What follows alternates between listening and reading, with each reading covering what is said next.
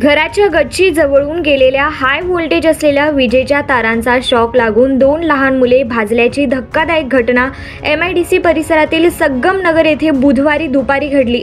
या घटनेत फैजान वय 10 वर्षे आणि मोहम्मद साद वय 9 वर्षे राहणार संगम नगर मुळेगाव रोड ही मुले गंभीर जखमी झाली आहेत। बुधवारी दुपारच्या सुमारास फैजान घराच्या गच्चीवर कामासाठी चढला होता। गच्चीवरून गेलेल्या विजेच्या तारेचा त्याला अचानक शॉक लागला। फैजानला वाचवण्यासाठी पुढे धावलेल्या सादलाही विद्युत धक्का बसला। या दोन्ही मुलांचे हातपाय व शरीराचा मोठा भाग भाजला। जखमी मुलांना तत्काळ खासगी रुग्णालयात दाखल करण्यात आले, मात्र फैजानची प्रकृती गंभीर असल्याने रात्री उशिरा पुढील उपचारासाठी त्याला सोलापूर शासकीय रुग्णालयात हलविण्यात आले।